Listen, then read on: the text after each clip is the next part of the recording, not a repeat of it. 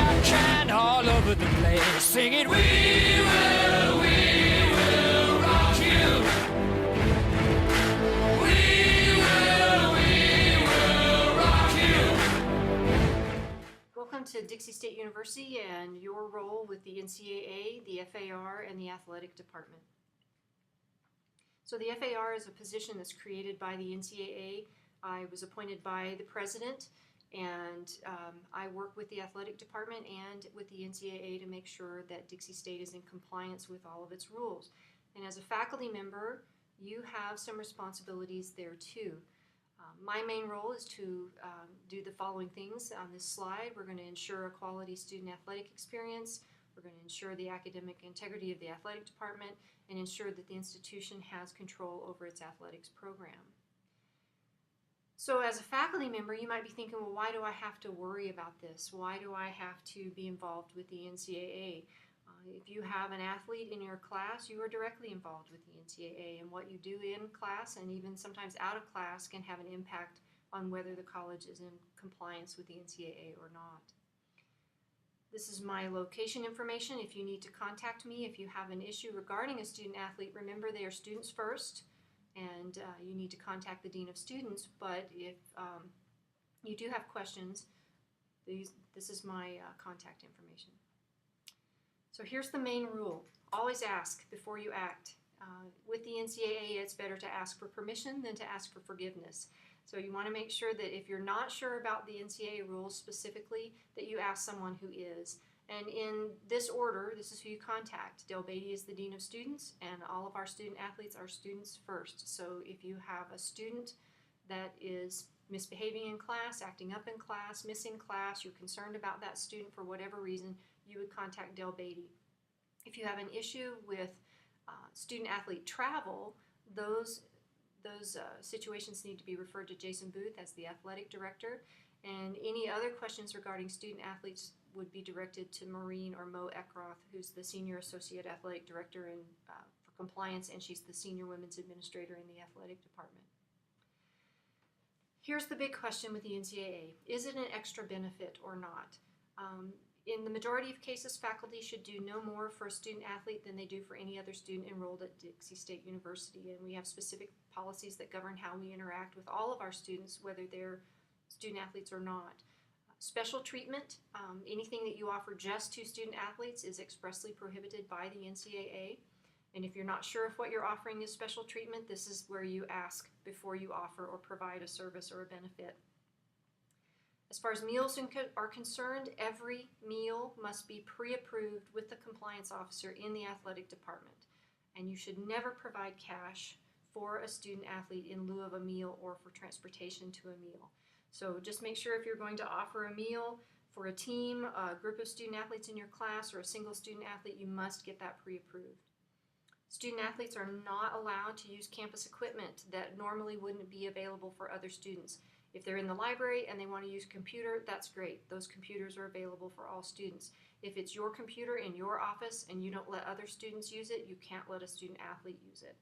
They should not have access to department copying machines or any type of office equipment that's only used by faculty.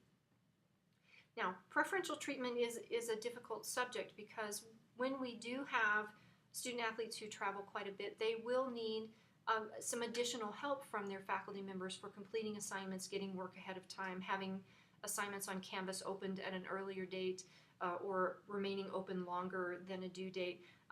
That's not an NCAA violation. That's making sure that a student athlete has the exact same opportunity to pass a class as any other student in your class. So Dixie State policies are fairly clear about what we can do for students who are on college-sanctioned events. So you want to make sure that you are working with student athletes to give them every chance to pass your class, but not giving them any extra chances that would make them passing the class seem like preferential treatment or going above and beyond what the rules are.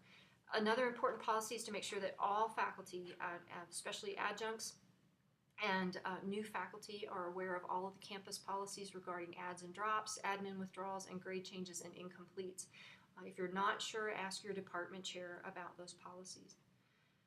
Dixie State's attendance policy is a typical policy. It's vague and open for a lot of interpretation, but it does say that college-sanctioned events, those students are supposed to notify you ahead of time, and they are supposed to work with you to complete assignments prior to leaving. So here's basically what we're asking for student athletes, that you interpret the policy the way it works best with your teaching style, but you're also encouraged to help any student who has a college-sanctioned event, like choir students, orchestra students, band students, and ambassadors, and the student athletes who have to travel as representatives of the university, to give them the same opportunities to pass your class as a student who does not travel. Student athletes are held to a little higher standard. They are expected to be in every single class all the time unless they are on a college-sanctioned trip. So if you have a student athlete who's missing quite a few classes, you need to contact Del Beatty, because they are a student first and their behavior is going to make them have consequences as a student first.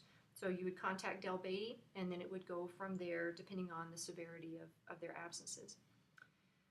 Any student athlete who travels in a season should notify you within the first 2 or 3 days of class that they are a student athlete and that they are traveling. Otherwise, if it's not their season, you probably won't know that a student is an athlete unless they identify themselves as an athlete. So they're going to make every attempt to work with you to get their assignments done before they leave. If you have any concerns about travel, for student athletes, you do contact Jason Booth.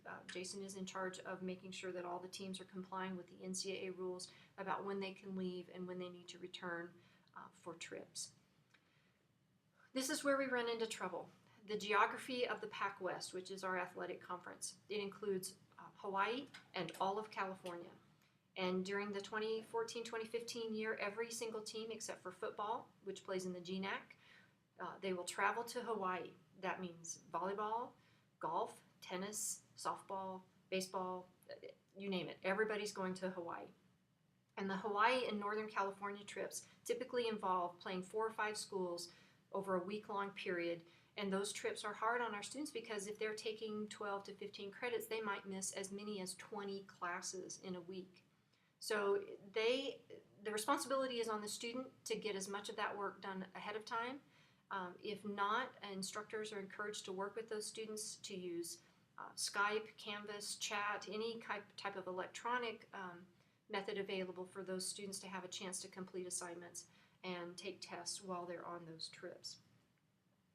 What we do at Dixie State to help our student athletes is we try to have faculty mentors who work with each team. So the Red Storm professors are your faculty mentors. These are faculty who have stepped forward and said, I'm willing to be kind of the go-to person for that team. Another set of eyes to watch out for our student athletes to make sure that their health and their wellness and their life balance of student athlete, school, and work is all in line and that they're not overstressing themselves. So all of our Red Storm professors are listed here by sport. You can look through the slides.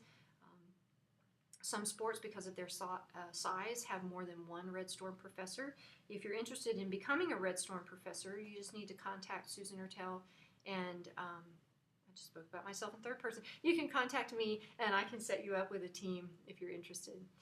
Also, this year we have 2 faculty who've stepped forward and said, I'm willing to be the contact person for a particular class. And Diane Herning, a librarian, is going to help our student athletes with Live 1010 if they need it. She's also there for every student on campus. She's right behind the reference desk on the 2nd floor, and she's willing to help all of those students. But the student athletes met her at a meeting. They know what she looks like, and they know they can go to her for help for Live 1010. Glenn Webb in music has agreed to help any student athlete who's taking Music 1010 or Music 1236. And if you're interested in being the contact person for a particular class, just let me know and I can let the athletic department know so the students will know where to find you. And just so you're wondering, in case you're wondering, we have a really talented, intellectual, athletic group of students on our campus.